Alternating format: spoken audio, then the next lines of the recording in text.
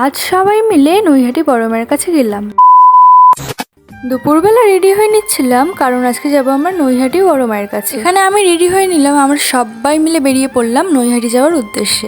এখানে জেঠিমা, মা, আমার দিদি, জামাইবাবুরা সব গেছিলাম।